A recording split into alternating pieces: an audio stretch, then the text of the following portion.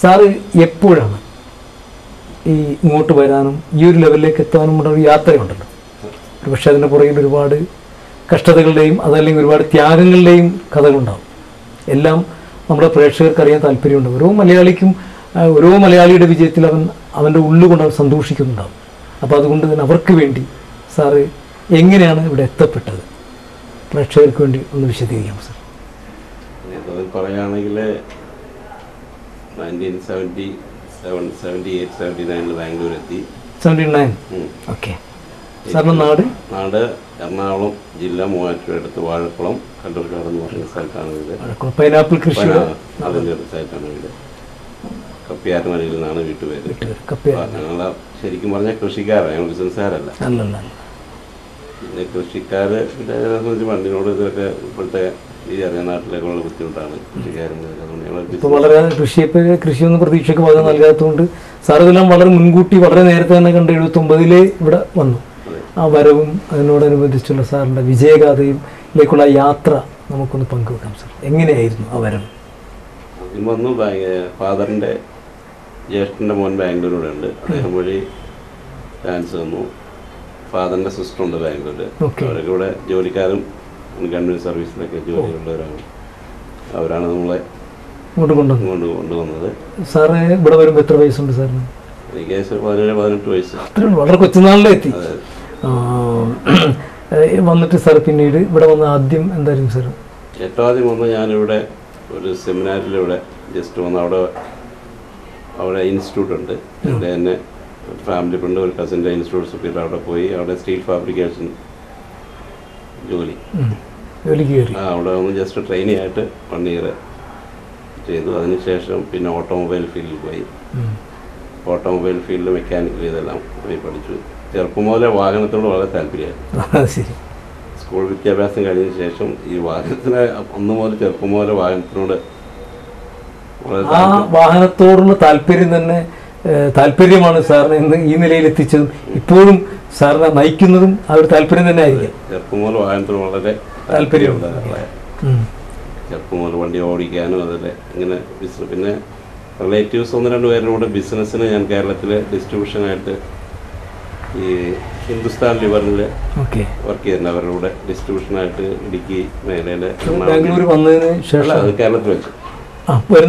അപ്പോൾ അങ്ങനെ ബിസിനസ് കുറച്ചൊക്കെ അതിനെ പറ്റി കുറേ മാർക്കറ്റിങ്ങും കുറേ കാര്യങ്ങളൊക്കെ പഠിച്ചു. അങ്ങനെ ബാംഗ്ലൂരെത്തി. അതിനുശേഷം ഇവിടെ വന്നു. അത് കഴിഞ്ഞൊരു കുറച്ച് സ്ഥലം വാങ്ങി ഞങ്ങൾ കസിനോട് കൂടി സ്ഥലം വാങ്ങി ഇവിടെ ഞങ്ങൾ പോൾട്രി ഫാം സ്റ്റാർട്ട് ചെയ്യാൻ തുടങ്ങി. Bannerghatta national park. ഇപ്പോൾ പല ഫേമസ് ആണ് ബാംഗ്ലൂർ നാഷണൽ പാർക്ക്. അവിടെ ഞങ്ങൾ സ്ഥലം വാങ്ങി. പക്ഷേ അവിടെ ലോഡിൻ്റെ പ്രോബ്ലം, കറണ്ടിൻ്റെ പ്രോബ്ലം, അങ്ങനെ കുറേ ഡിലേ ആയപ്പോൾ നമുക്ക് ജീവിക്കാൻ വേറെ മാർഗ്ഗമില്ല. സ്ഥലമൊക്കെ വാങ്ങിയിട്ടു. പിന്നെ ഒരു സുഹൃത്ത് എന്നോട് പറഞ്ഞു ട്രാവൽസ് നല്ല ഫീൽഡാണ്, വണ്ടി താല്പര്യം ഉണ്ടെങ്കിലും ട്രാവൽസ് അങ്ങനെ ഞാൻ സാറിന് വണ്ടിയുടെ താല്പര്യമുണ്ട്. അത് കണക്ക് കൂട്ടി അപ്പോൾ വുഡ്ലാൻഡ്സ് ഹോട്ടൽ ഉണ്ടായി.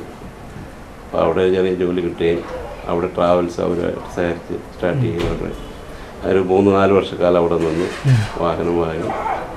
ഒരു 2 വർഷക്കാലം വാഹനം ഓടിച്ചതിനെ പറ്റി ഞാൻ ഓട്ടോമൊബൈൽ കഴിഞ്ഞു. വാഹനം ഓടിക്കാൻ കൊടുത്ത് ഇവിടുന്ന് സ്വന്തമായി ഓടിച്ച് ബോംബെ വരെ പോയി. അപ്പോൾ എനിക്ക് ഭയങ്കര താല്പര്യം കൂടി. അതിനെപ്പറ്റി എല്ലാം പഠിച്ച് ഈ ഫീൽഡ് പഠിച്ച് ഞാൻ പിന്നെ കേരളത്തിൽ വാഹനം വാങ്ങിക്കൊണ്ട് വന്ന് ഇവിടെ സെയിൽ നടത്തി. അങ്ങനെയൊക്കെ കുറച്ച് സാമ്പത്തികമായിട്ട് കുറച്ച് സഹായിക്കാൻ പറ്റി. വണ്ടികളായി പഠിച്ചു. അതിനുശേഷം ട്രാവൽസിനെ പറ്റി പഠിച്ചു. അവിടെ ട്രാവൽസ് വുഡ്ലാൻഡ്സ്.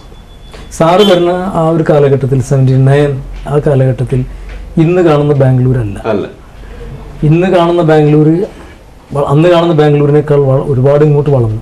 ഇതിനിടയിൽ ഒരു 5-6 വർഷം മുമ്പ് പെട്ടെന്ന് ദ്രുതഗതിയിൽ വളർച്ചയ്ക്ക് ഉതകുന്ന ഒരു IT മേഖലകളിലെ കടന്നുവരവുണ്ടായിരുന്നു. അപ്പോൾ ശരിക്കും ഒരു 3 ഘട്ടങ്ങളിലൂടെ സാറ് കടന്നു വന്നു. ബാംഗ്ലൂരിൻ്റെ ഒരു സ്പന്ദനം തിരിച്ചറിയാനുള്ള ഒരു അവസരം സാറിന് കിട്ടിയിട്ടുണ്ട് അല്ലേ? അപ്പം അന്ന് ഈ ട്രാവൽസ് നടത്തുമ്പോൾ ഉണ്ടായിരുന്ന ഒരു അനുഭവങ്ങളും ഇന്നത്തെ അനുഭവങ്ങളും വളരെ വ്യത്യസ്തമാണ്. പിന്നെ സാറ് കാലത്തിനൊത്ത് മാറുകയും ചെയ്തു അല്ലേ? ബാംഗ്ലൂർ മാറി, ഇവിടുത്തെ ജനം മാറി, ഇവിടുത്തെ ബിസിനസ് രീതി മാറിയപ്പോൾ അഡ്വാൻസായി സാറ് മാറി. അതിൻ്റെ ഒരു തെളിവാണ് ഇപ്പോൾ ഇവിടെ തന്നെ. ഇപ്പോൾ എത്ര സ്ഥാപനമുണ്ട് സാർ ഇവിടെ? എത്ര ഓഫീസുണ്ട്? 8-9 ബ്രാഞ്ച് ബാംഗ്ലൂർ സിറ്റി തന്നെ. ബാംഗ്ലൂർ എവിടെ എന്നെ സംബന്ധിച്ച് ആർക്കും ചെയ്യാത്ത ഒരു വലിയൊരു കാര്യം എന്ന് വെച്ചാൽ ബാംഗ്ലൂരിൻ്റെ ഏത് മൂലയിൽ അരമണിക്കൂറിൽ എനിക്ക് വാഹനത്തിൽ കൊടുക്കുന്നത്. ബാംഗ്ലൂർ ആർക്കും സാധിക്കില്ല. കാരണം ബാംഗ്ലൂർ 8 ബ്രാഞ്ചുള്ള ട്രാവൽസ് ആയിരിക്കില്ല. അരമണിക്കൂർ ഇപ്പോൾ ഇനി വേറെ ബാംഗ്ലൂർ ഏത് മൂലം within half an hour Jio ട്രാവൽസിന് വേണ്ടി എത്തിച്ചു കൊടുക്കും. അത് കേൾക്കുന്ന മലയാളികൾ ഒരു കാര്യം മനസ്സിലാക്കണം. ബാംഗ്ലൂരിൻ്റെ ഏത് മൂലയിലും അരമണിക്കൂറിനകം വാഹനം എത്തിക്കാൻ കഴിയുമെന്ന് പറയുമ്പോൾ ബാംഗ്ലൂരിനെ അറിയുന്നവരും ബാംഗ്ലൂരിൽ താമസിക്കുന്നവരും മുഖത്ത് വിരൽ വെക്കും. കാരണം ഇവിടുത്തെ ഒരു ട്രാഫിക് തിരക്ക്, റോഡിലെ ബ്ലോക്കുകൾ, ഈ തിരക്ക് കണ്ട ഒരാൾക്കും ഈ പറയുന്ന കാര്യങ്ങൾ നമുക്ക് അത്ഭുതമാണ്. അപ്പോൾ ആ അത്ഭുതങ്ങൾ സംഭവിപ്പിച്ചുകൊണ്ടിരിക്കുകയാണ് ഇദ്ദേഹം. അതൊരു ഒരു വളരെ എന്താ പറയുക, ആത്മവിശ്വാസത്തോടെ പറയുന്നത്. ഇതൊക്കെ തന്നെയാണ് ഇദ്ദേഹത്തിൻ്റെ വിജയത്തിൻ്റെ പിന്നിലുള്ളൊരു ഒരു കാരണമായിട്ട് എനിക്ക് തോന്നിയിട്ടുള്ളത്.